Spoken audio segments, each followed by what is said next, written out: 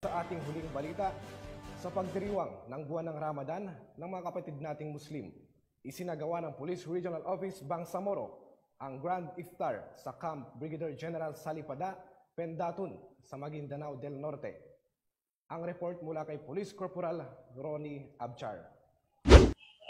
Aktibong nakiisa sa isinagawang Grand Free Iftar ang mga kapulisan ng Bangsamoro Autonomous Region sa Big Kislay Hall sa Lipada, Cape Pendaton, Maguindanao del Norte noong 8 ng Abril taong kasalukuyan.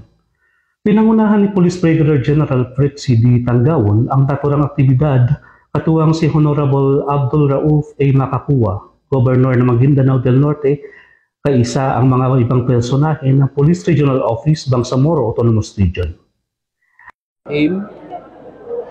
We just concluded the iftar, yung isa sa napaka-importanteng bahagi ng pag-observe ng buwan ng Ramadan, which is to break the fast with our regional director.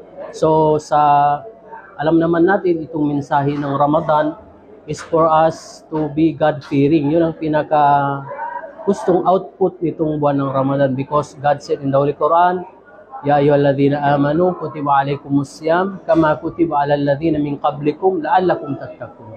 So God said it is obligatory for you to fast during this month of Ramadan, just like what being obliged before you, the people before you. So purposely to become a God-fearing.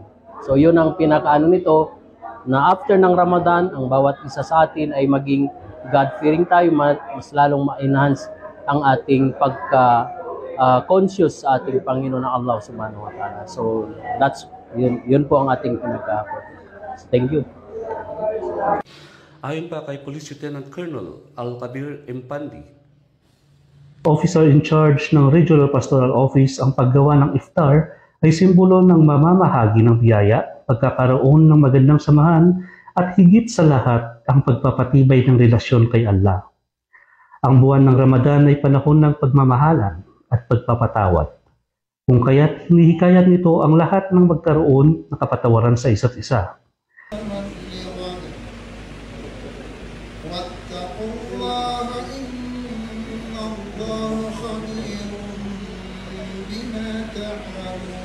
Ang pagsasagawa ng Ramadan ay isang pagpapakita kung gaano nila ginagawa bilang isang reliyon ang disiplina sa sarili at ang pagsunod kay Allah.